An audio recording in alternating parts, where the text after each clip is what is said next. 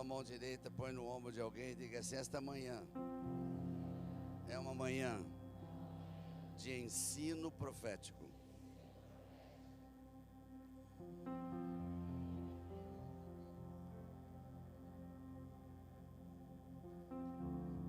Eu estava pensando numa outra mensagem por causa da Santa Ceia que será servida, mas o Senhor disse que não. Vamos continuar com o mesmo tema que o Senhor me deu. E a primeira coisa que é ensino profético, porque esta é uma igreja apostólica e profética. E quando o manto está sobre a liderança, o manto desce sobre toda a igreja.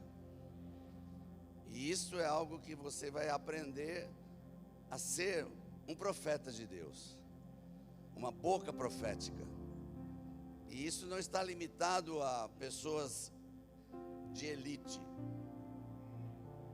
Deus usa os que não são para confundir os que são. É exatamente quem não quer título que Deus usa.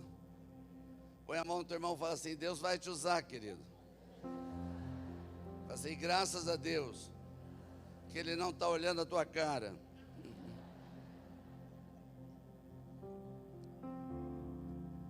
Aliás, eu tinha uma palavra para a equipe de louvor que o Senhor me deu, porque o Senhor quer que vocês busquem a adoração profética. E o Senhor vai derramar um manto de adoração profética sobre vocês. E muitos dos louvores não vão ser aqueles que vocês combinaram antes. Vão ser louvores proféticos, porque no momento que os instrumentos começarem a tocar, serão sinais proféticos que vão atingir o povo. Cada instrumento será um símbolo profético nesta igreja. Levem isto a sério, em nome de Jesus. Aleluia. E Zacarias capítulo 4, verso 10. Essa já é uma palavra profética. Zacarias capítulo 4, verso 10.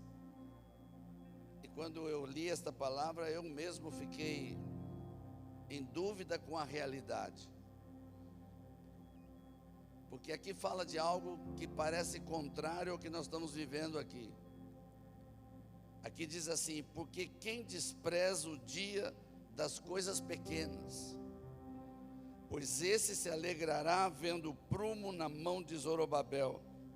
São os 7 olhos do Senhor que discorrem por toda a terra. Essa palavra profética estava falando daquele assunto de ontem à noite, que eu trouxe aqui. Estava falando que muitos desprezaram o início dos pequenos começos. E aí eu disse: Senhor, mas aqui não está começando pequeno, aqui já está começando grande. Então por que essa palavra profética logo de início? Ele disse assim: porque eles não imaginam que vão ver algo, que um dia eles vão lembrar que esse lugar era muito pequeno mesmo por aquilo que Deus vai fazer.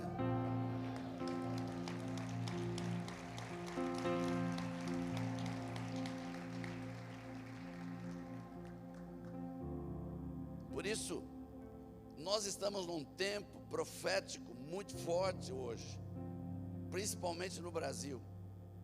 Mas eu não estou falando do profético da Chaves. Eu vou repetir. Eu não estou falando do profético daquele que vem e diz: aleluia, Deus está me revelando que tem uma chave na tua mão.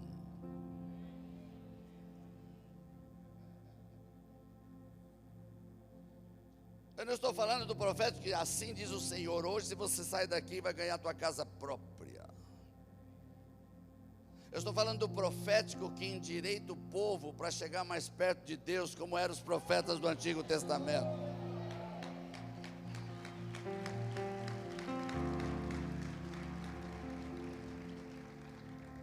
E eu sei que vocês já perceberam algo em relação à temperatura do mundo. Vocês já perceberam que há uma mistura de estações? Quantos já perceberam isso? Parece que uma estação está encavalando com a outra estação. Parece que não está muito mais certinho as estações. E eu digo para você, isto é profético, porque a palavra de Deus diz no livro de Apocalipse que nos últimos dias Deus abreviaria os tempos. E eu vi uma reportagem de que a NASA provou, através de estudos científicos, que nosso dia não é mais 24 horas. Isso significa que estamos no tempo da abreviação. Então eu posso profetizar que aquilo que acontecia em 10 anos vai começar a acontecer em um ano. Aquilo que acontecia em um ano vai começar a acontecer em um mês. Aquilo que acontecia em um mês vai começar a acontecer em um dia. E aquilo que acontecia na tua vida em um dia, você vai ver acontecer numa hora qualquer. Aleluia, aleluia, aleluia, aleluia. Eu estou empolgado. Eu tenho 57 anos profético. Não, estou repetindo, eu tenho 57 anos profético. Quero que você entenda algo nesta igreja. Que quando uma palavra profética sai do altar, ela vai atingir quem quer que seja atingido. Porque se você recebe a palavra, você pega para você, mas se você não recebe, tem um fominho atrás de você que vai pegar tudo. E aí você vai falar, por que só aquele camarada dá testemunho nesta igreja? Porque ele é fominha, tudo que é palavra profética ele pega, aleluia. Põe a mão do teu irmão e fala assim, esta manhã é ao de 1 hora. Pode ser agora, pode ser agora. Aleluia. Isaías capítulo 54, verso 2 e 3. Eu não sei, está saindo na tela o tema? Tá? Porque só mulher que tem o olho atrás. Não, é verdade, irmão. Às vezes estou conversando com a minha mulher de frente e ela fala, está passando não sei o que aqui atrás. Como é que você viu? Porque mulher tem o olho atrás, irmão. Mas nós não temos, então não sei o que está passando aqui atrás. Aleluia.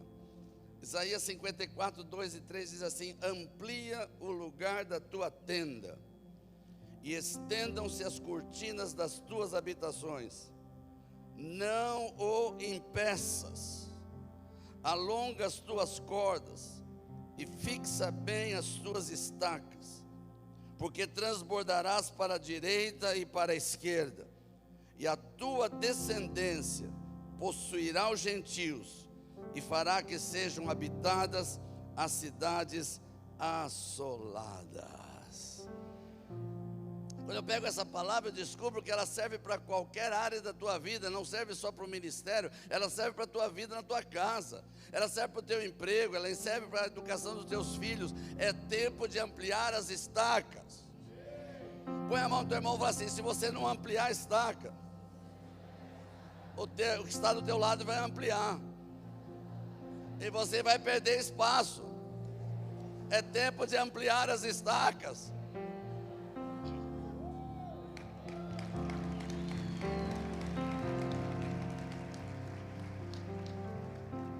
Há algumas lições proféticas que a gente pega do Antigo Testamento.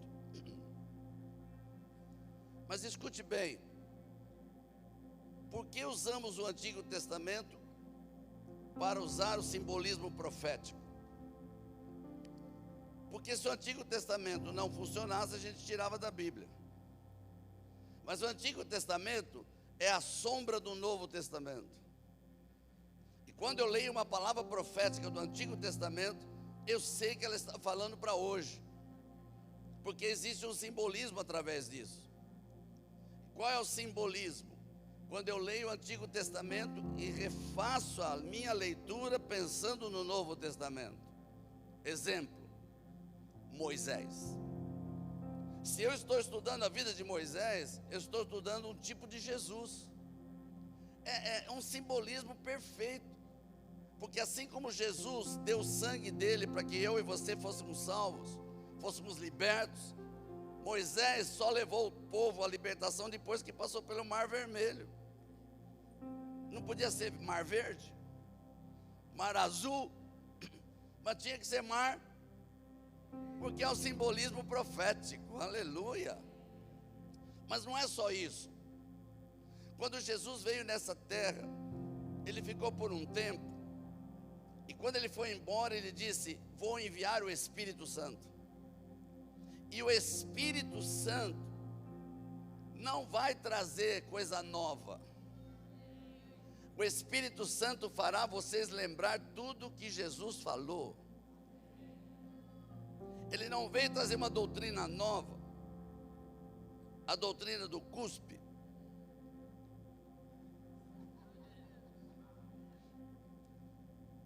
Eric, eu descobri uma igreja em São Paulo que tem a doutrina do cuspe. Falei, meu Deus do céu, como invento. Verdade, irmãos. E lá quem cospe mais é elevado a categorias diferentes. Você imagina você chegar na igreja e os atalaia lá, e você? A doutrina do cuspe. Porque as pessoas criam doutrinas baseadas no Espírito Santo de mentira, porque o Espírito Santo não veio criar doutrinas. O Espírito Santo veio lembrar tudo que Jesus falou. E onde eu vejo isso em Moisés? Porque Moisés também teve o tempo dele. E quando Moisés foi embora, entrou Josué. E Josué é um tipo do Espírito Santo. Porque Deus falou com Josué: você não vai trazer coisa nova, você vai lembrar o povo de tudo que eu ensinei a Moisés. Então as coisas vão ligando, e nós estamos no tempo do Espírito Santo. É o tempo de Josué. Põe a mão no teu irmão e fala assim: esse tempo não é para acomodados, porque é tempo de guerra.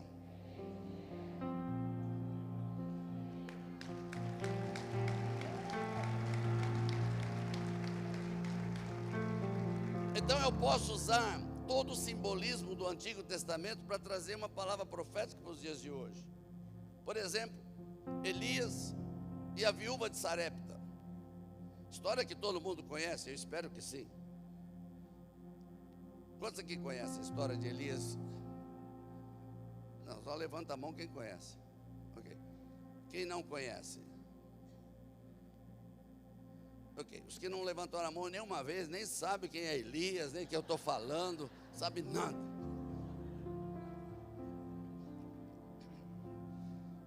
Elias foi um dos maiores profetas do Antigo Testamento, que trouxe a restauração da nação de Israel. Mas Elias teve que ser provado no profético. E aqui vai uma palavra para as mulheres. Eu quero que as mulheres prestem bem atenção nessa palavra. Quando Elias profetizou que havia uma seca que vinha e 3 anos e meio sem chuva, eu já entendo um profeta doido, porque ele está profetizando num lugar que ele mora. Então, se ele está profetizando que não vai chover, ele também vai entrar nessa. Mas eu tenho uma boa notícia para você. Quando você é um profeta de Deus, pode haver uma crise no lugar que você mora, mas Deus vai pegar você, vai colocar você no Ribeiro de Querite, vai mandar corvo entregar carne e pão todo dia, e para você que é profeta não vai faltar nada.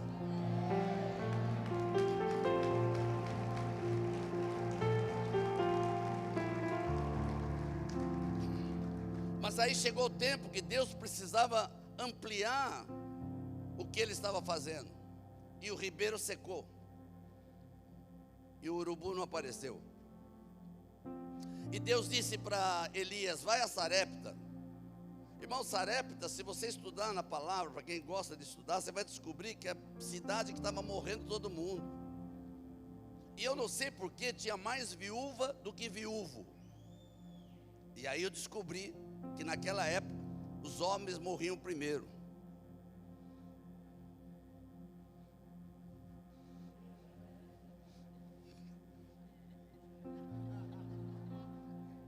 O que tem de homem que se encolheu aqui, meu Deus do céu. Tem uns que está amarrado, está amarrado, está amarrado. Não esperou nem eu terminar a palavra. E aí Deus chama Elias, e eu quero que você entenda isso, irmão. Porque quando Deus vai te abençoar, não é do seu jeito. Deus chama Elias e diz assim: vai para Sarepta, porque uma viúva vai te sustentar. Eu acho tremendo alguns pastores que querem ter bastante sucesso financeiro, então eles oram no particular. E ora: Senhor, manda empresários. E o Senhor manda, todos falidos.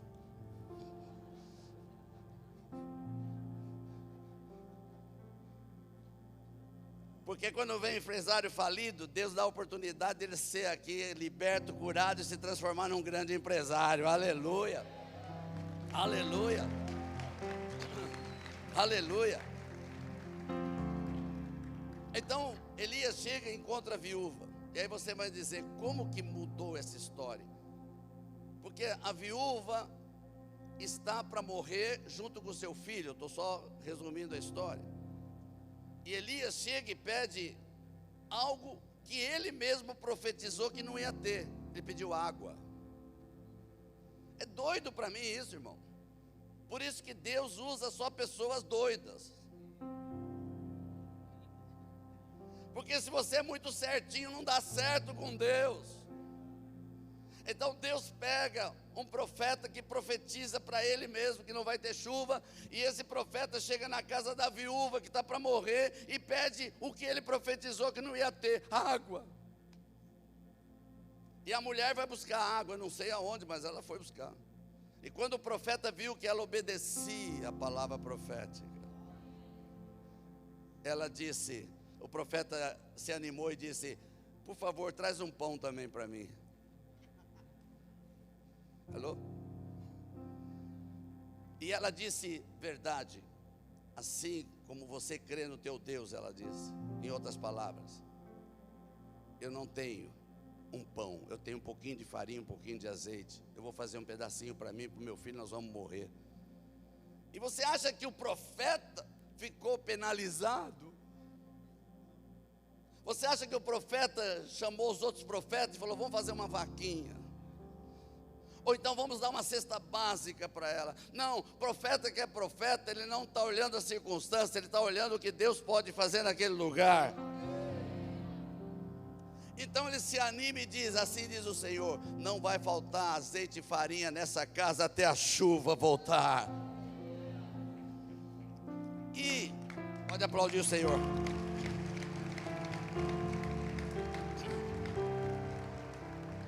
E aí está algo que eu quero dar para as mulheres esta manhã, dentro da palavra que eu trouxe ontem à noite profética. Aquela viúva se tornou uma empresária, porque veio tanto azeite e farinha, que agora ela tem para vender e viver do resto, porque ela se tornou uma empresária. A palavra profética muda uma pessoa que não tem nada num empresário, numa empresária. Oh!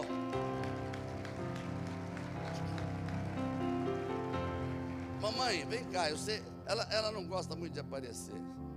Ela briga comigo, bate em mim. Mas vem aqui embaixo, não precisa vir aqui em cima. Quer subir? Tá bom. Às vezes as pessoas perguntam: por que ela está andando devagar? Aquela fez 2 cirurgias no pé, ficou 4 anos, ou com RoboFoot e cadeira de roda, 3 anos, e agora finalmente está andando, mas ainda devagarinho.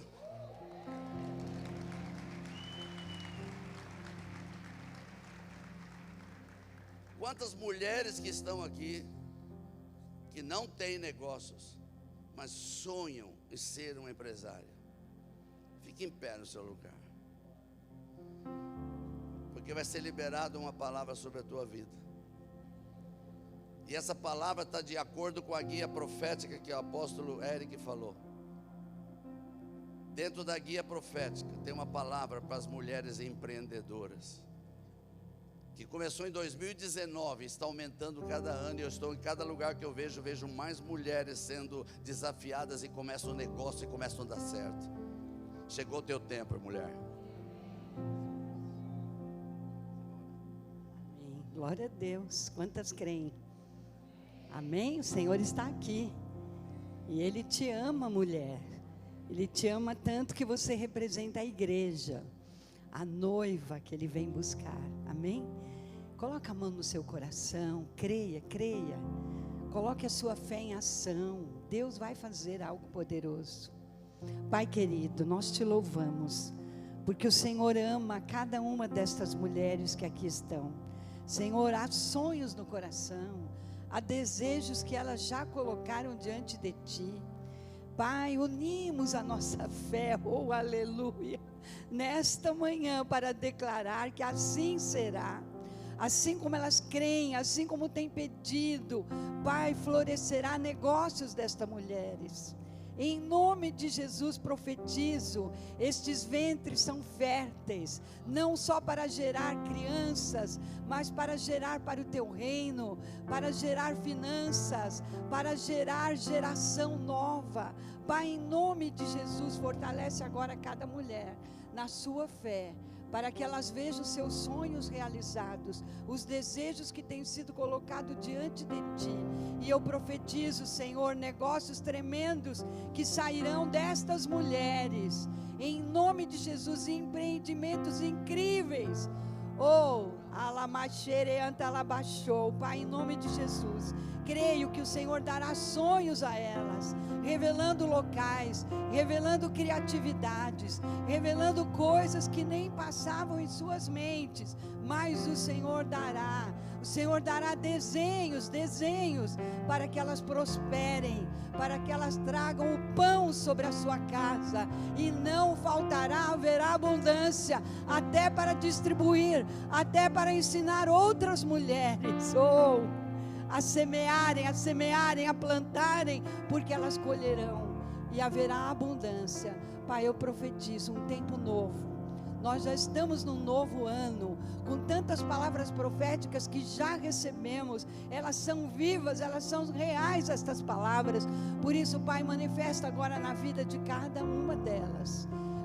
E a glória será tua, a honra será tua, e elas poderão declarar: o Senhor disse e Ele fez, porque Deus é um Deus que fala e faz. Eu quero abençoá-las, Pai. Delas sairão gerações tremendas, gerações que honrarão seus nomes, o teu nome, gerações que te amarão como nunca te amaram, porque elas são ventres abençoados, suas bocas são como verdadeiros chofares, elas falarão ali no silêncio, na sua casa, no seu quarto, no cantinho de oração, e assim acontecerá. Gerações benditas, que serão prósperas, bem-aventuradas, em nome de Jesus eu as abençoo, para a glória do Senhor, em nome de Jesus, amém, amém.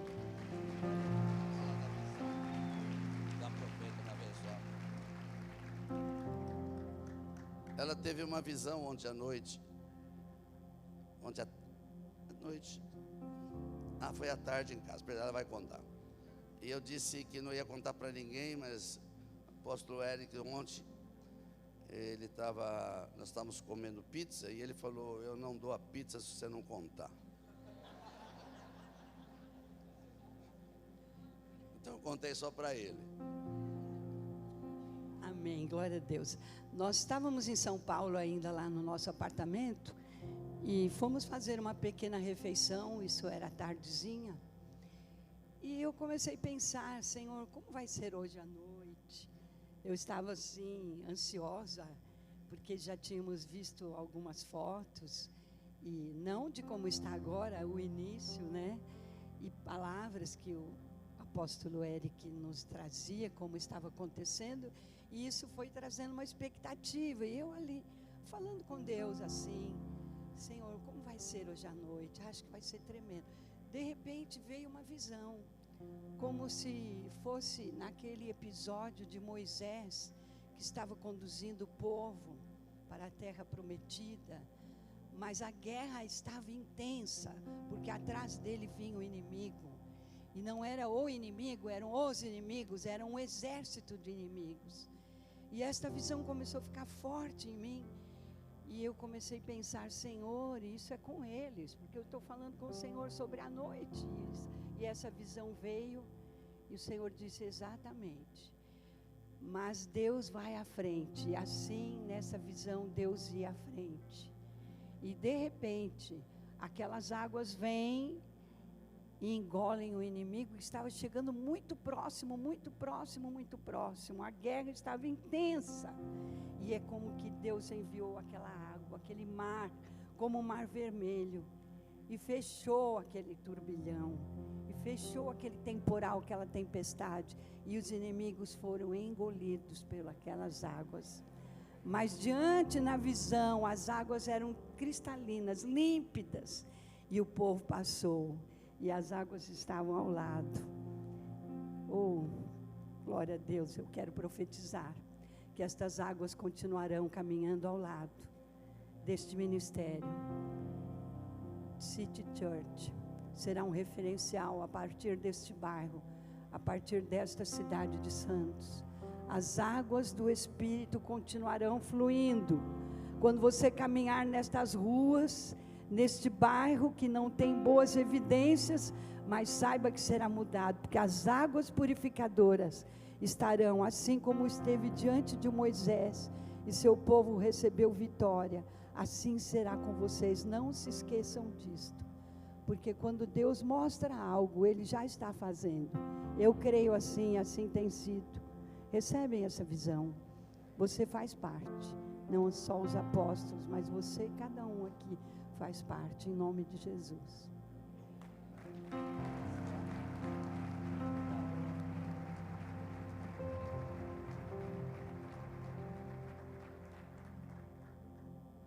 Glória a Deus.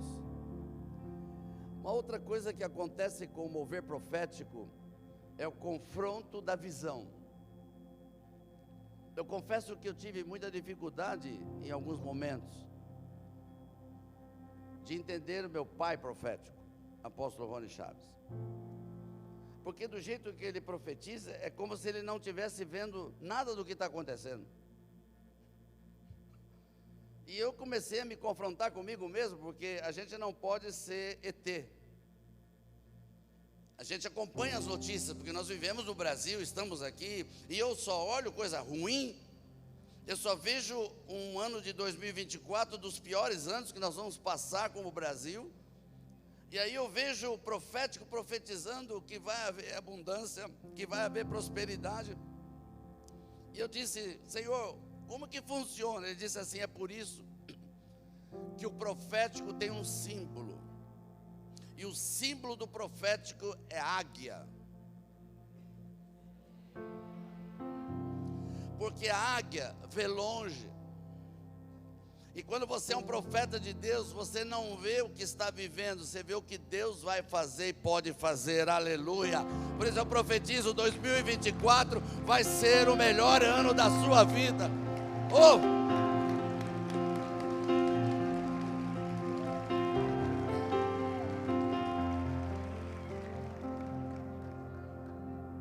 E agora eu começo a mensagem. Fala glória a Deus, quer ver você aguentar até o fim.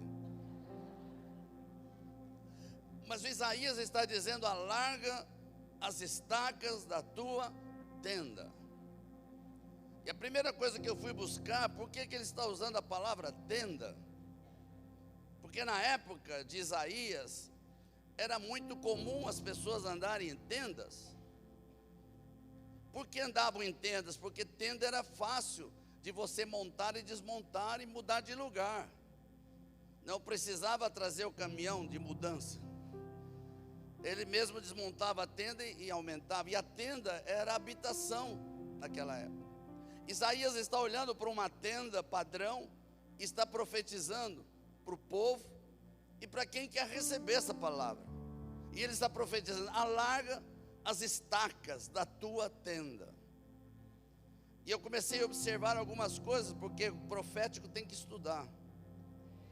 Profético não fala só o que vem na sua cabeça, profético fala o que está na palavra. Então eu fui estudar sobre tendas, e a primeira coisa que eu descobri é que o pano que cobre a tenda eram em torno de 8 panos.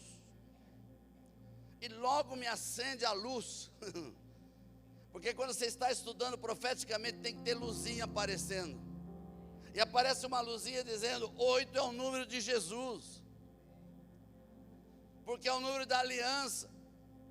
Então aquela tenda que ele está falando, ele está dizendo para estaca, e está dizendo: alarga a tenda, larga estaca, porque ela tem uma cobertura diferente, ela pode ampliar. Porque se não tiver a cobertura do sangue de Jesus, não dá para ampliar nada. Se a cobertura é rota, se a cobertura é podre, se a cobertura não vai ajudar, ao esticar a tenda rui, cai tudo. Então tem que esticar a tenda, sim, mas tem que ter uma cobertura perfeita. Você está comigo? E aí me leva para Gênesis capítulo 3, verso 21. Deus, quando você começa a estudar profeticamente a Bíblia, Deus começa a abrir revelação. E revelação não é algo novo. Eu gosto de alguns profetas que dizem: eu tenho uma revelação. Fala, aleluia. E eu fui estudar sobre revelação e eu descobri que a revelação, não existe revelação nova, porque tudo que tem que ser revelado já está na palavra. Mas por que eu posso dizer eu tenho uma revelação? Porque tem assuntos da palavra que ainda não foram reveladas para mim. Exemplo: quantos aqui já entraram num quarto escuro? Mas escuro mesmo. Quantos já entraram? Amém. Quantos não entraram?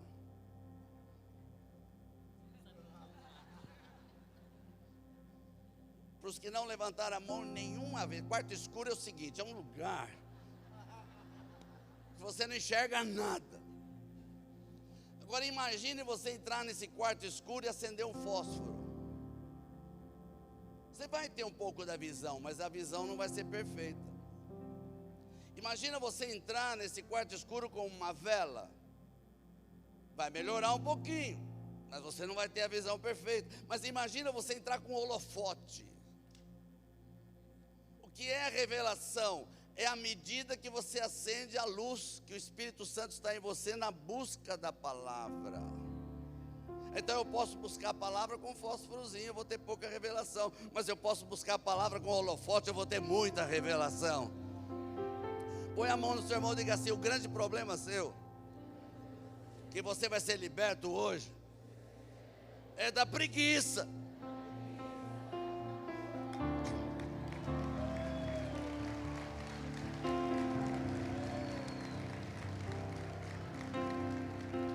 E Gênesis 3, 21 foi uma grande revelação para mim, porque eu não tinha pensado da forma como o Espírito Santo falou comigo.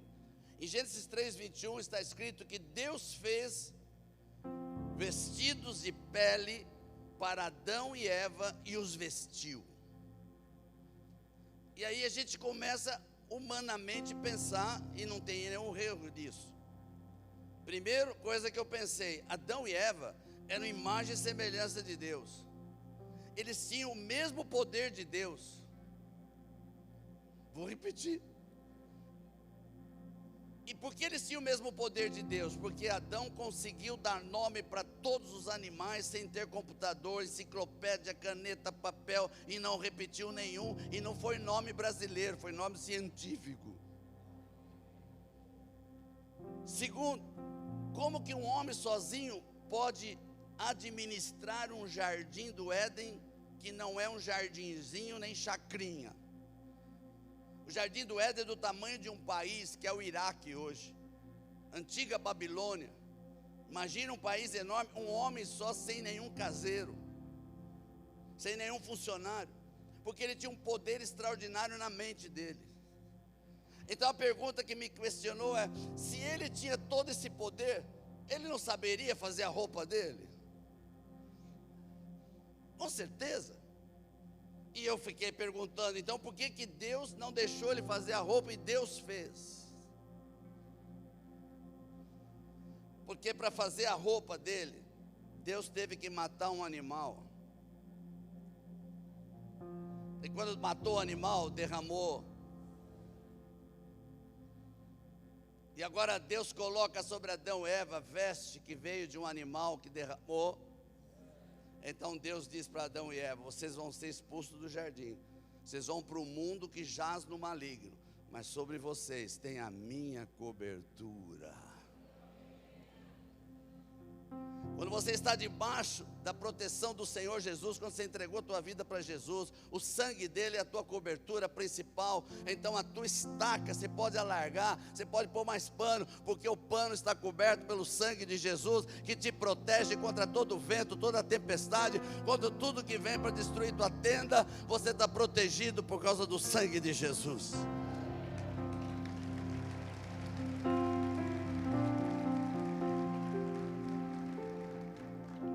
Coisa bonita que eu gostei, porque eu gosto de ministrar esse assunto de prosperidade, porque eu não ministro prosperidade segundo a teologia da prosperidade, eu ministro a prosperidade segundo o que a Bíblia fala.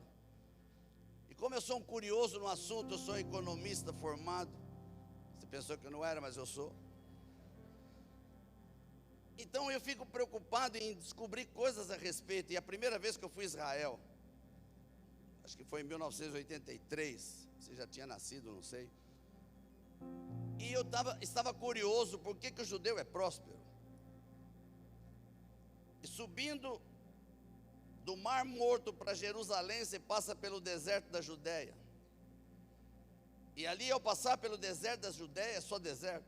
E de repente aparecem umas tendas no meio do deserto. Um pouquinho aqui, de repente do outro lado. E quando eu olho a tenda, eu encontro nos meus olhos algo parecido com as comunidades brasileiras. Tinha pneu do lado, tinha cachorro amarrado, parecia um barraco. E eu disse no meu espírito: achei o judeu pobre. Parei e pedi para a guia parar o ônibus para a gente olhar um pouco e perguntei: esse é o judeu pobre? Ela falou: não, são riquíssimos. Ah, você está brincando. Eles são judeus beduínos, o estilo de vida deles é esse. Mas olha a tenda. Eu falei: sim, está no deserto, calor de 50 graus. Ele falou: esse é o problema. Eles põem pele de cabra.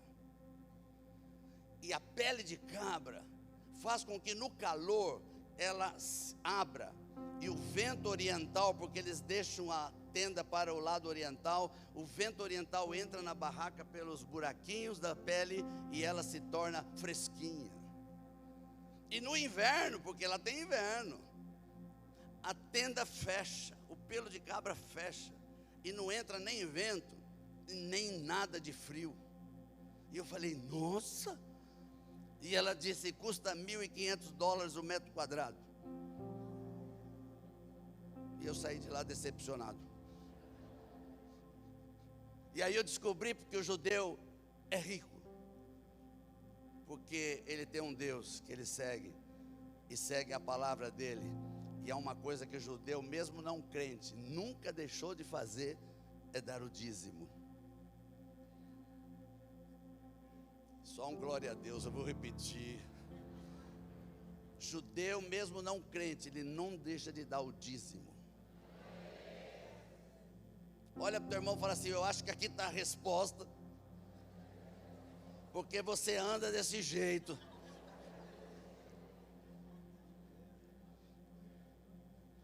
Quantos estão aqui comigo? A segunda coisa importante, que essa tenda, ela era segurada ou segura por cordas. Essas cordas não passavam dentro nem no tecido, elas passavam em ilhotas. Eu não sei como se fala isso. Ilhotas. Não, eu criei essa palavra agora. Ilhós. Por quê? Porque estas cordas não podiam tocar o pano. E quem seriam essas cordas hoje? Meu Deus do céu. Porque se a cobertura do sangue, nós vamos ter cordas, ou seja, pessoas amigas, que vão nos ajudar a chegar no nosso destino. Não são pessoas que fazem parte do ministério, não são pessoas que estão de alguma forma aliançadas, mas são pessoas que você vai trazer para o seu lado, que você crê que ela pode te ajudar. São os aios.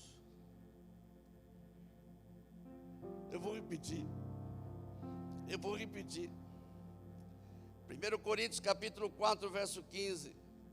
Eu estou numa sessão de ensino profético.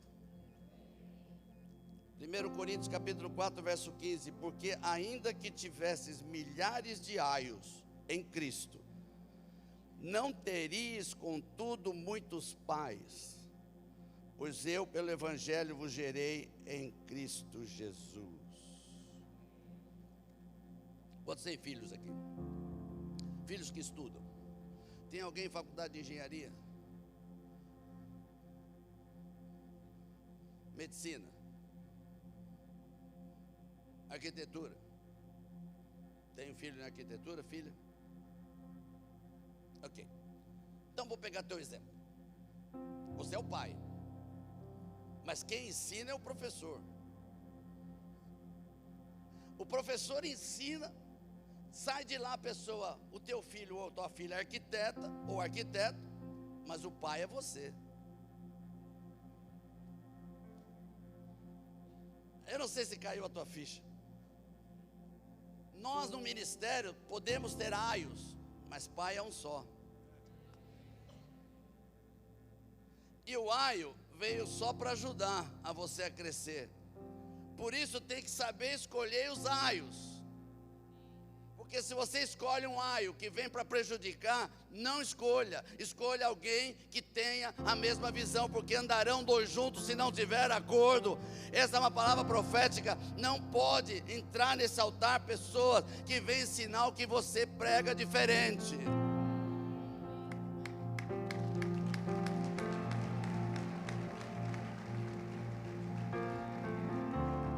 Sabe por que eu falo com autoridade? Pelo meu tempo de casa, pelos anos de ministério que eu tenho, porque eu já vi de tudo. Eu já vi ministérios fortes, de 20 anos, que aquele pastor levou 20 anos para construir o ministério, e trouxe um encardido. Ele não sabia que era encardido, porque disseram que o cara era famoso, e o cara vem em 5 minutos, ele destruiu o ministério daquele pastor, porque ele trouxe uma água que não era do poço daquele ministério. Olha para o teu irmão e fala assim: fica tranquilo, você tem um apóstolo que sabe vigiar.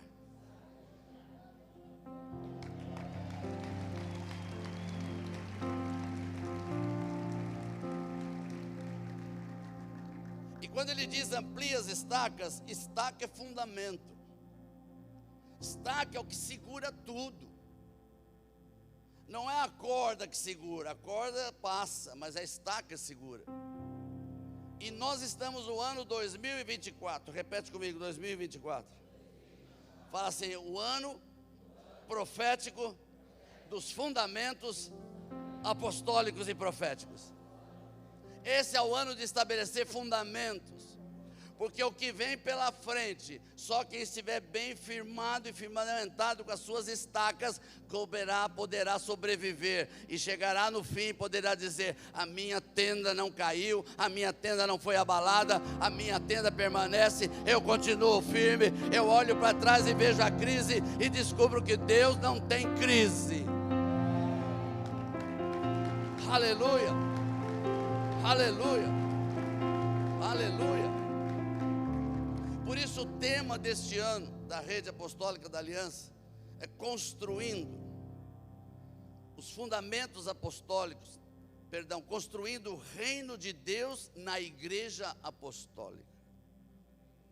E a palavra do Senhor diz que o evangelho do reino seria pregado em todas as nações, então virá o fim. Olha para o teu irmãozinho e fala assim: o evangelho do reino é os fundamentos apostólicos que vão ser pregados em todos os lugares, então verá o fim. Fala assim: quando chegar o fim, você se alegrará, porque ouvirá uma voz que diz assim: entra, servo bom e fiel, entra no gozo do teu Senhor. Aleluia, aleluia. E para encerrar, vocês combinam as coisas. O 24, que é 2024, ele é profético. Porque 24 são 24 tronos e 24 anciãos. E 24 representa a presença do trono de Deus. Mas 24 é múltiplo de 12, e 12 fala de governo apostólico. É por isso que Deus nos levou a trazer o apostólico para essa igreja e ungir alguém para ser apóstolo, porque é tempo de fundamento apostólico, porque Deus vai colocar fundamentos muito maiores, e o evangelismo profético será a diferença dessa igreja.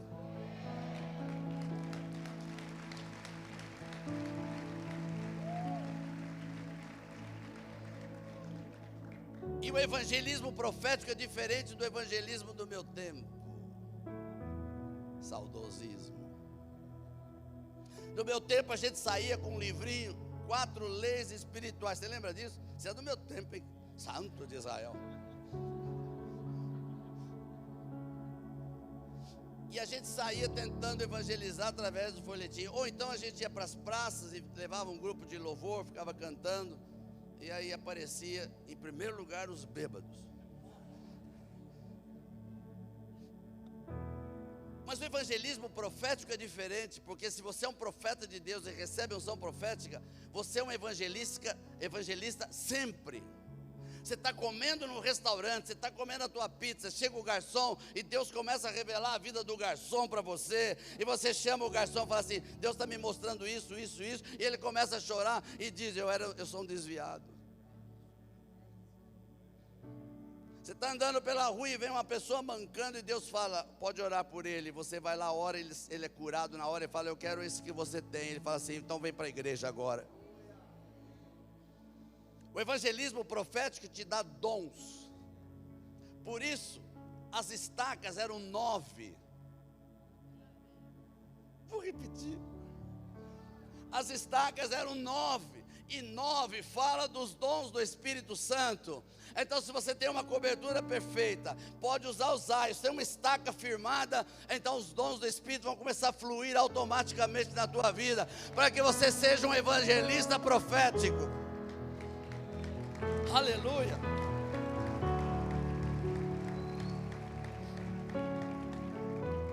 E para terminar de verdade, calma, esse finalzinho leva 2 horas, fica tranquilo. Toda a tenda era dividida em 2 partes, basicamente. Tinha um pano no meio que dividia uma parte e a outra parte. E aqui eu vejo que dentro da tenda tinha o apostólico e o profético. Imagine uma tenda espiritual, com a cobertura do sangue de Jesus, com aios te ajudando, com estacas fundadas em apostólico, com a cobertura de Jesus. E aí você entra lá dentro da tenda e tem o apostólico e o profético.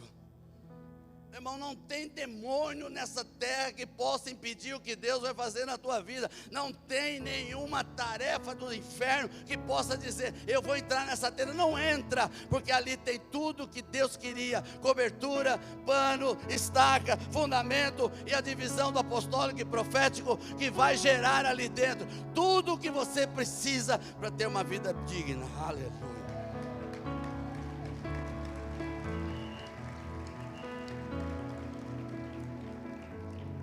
E chamando já o querido filho Eric, querida filha Sheila, para continuar daqui para frente. Mas eu preciso ainda falar algo. Eu preciso falar com eles aqui.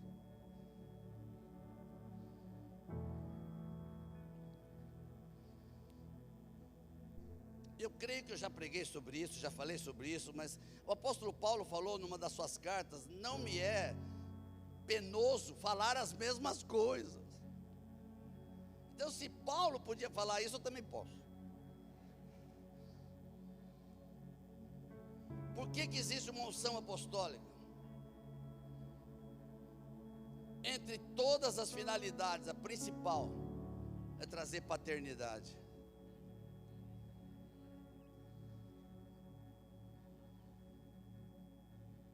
E o que significa trazer paternidade? Significa que Eric e Sheila tem o título de pastor por uma questão eclesiástica. Tem a unção apostólica por uma questão de Deus liberar fundamentos. Mas a função principal deles é serem pais.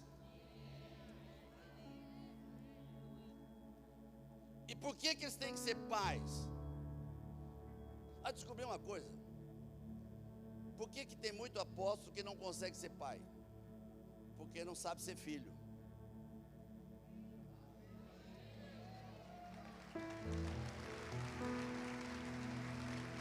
É simples. Quem não sabe ser filho nunca vai ser pai. Pelo menos corretamente. Eu sei ser filho. E o meu pai está em Costa Rica. E quando ele chama, ele não diz: vem para cá que eu vou pagar a tua passagem. Ele fala: vem para cá que tem um retiro. Aí eu pego minha esposa, a gente compra a passagem, paga o hotel, vai lá e ainda leva oferta. E quando a gente volta, a gente vai pagar os cartões de crédito, mas a gente vai. Porque eu tenho um pai e eu quero ser filho. É por isso que muita gente não entende que quando o apóstolo Rony Chaves vem para o Brasil, eu não deixo ninguém cuidar dele. Eu quero cuidar dele, eu quero buscá-lo no aeroporto, eu quero levar ele para o hotel, eu quero escolher o hotel, eu quero levar ele para comer, porque é o grande momento que eu tenho de conversar com meu pai. E é por isso que eu posso ser pai. Então, a partir de ontem à noite, a unção de paternidade vai aumentar. E você não é obrigado a chamá-los de pai, porque muitos não conseguem, porque ainda não foram curados. Mas quando você é curado, eu chamo meu pai de papito. Nessa última conferência lá em Costa Rica, ele falou assim: irmão Jesser. Ele fala: eu papito? E ele é mais novo que eu, porque é um carinho que eu quero fazer para o meu pai. Então quando você fala pai, você está dando um carinho. Você está aqui comigo? Mas por que isso, pastor? Porque um dia, aleluia, você não vai mais morar em tenda. Você vai morar na casa do Pai.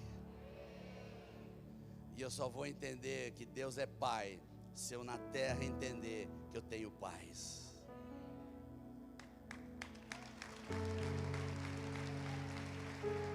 Amém? E a última coisinha, porque tem gente olhando o relógio, não? Ele olhou.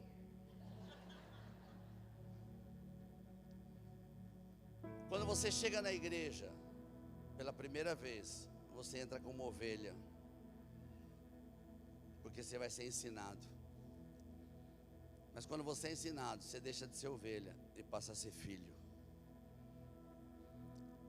E filho forma uma família. E você vai começar a vir na igreja, não porque tem um louvor abençoado. Se eu morasse em Santos, talvez eu ficasse nessa igreja, só por causa do louvor. Você não vem por causa deles mais. Você não vem porque tem cafezinho. Você vem porque tem uma família. Tem pai, tem mãe. E você sabe que é cuidado e guardado. Você está aqui comigo? Põe a mão no teu irmão e fala assim: você está com uma cara tão esquisita.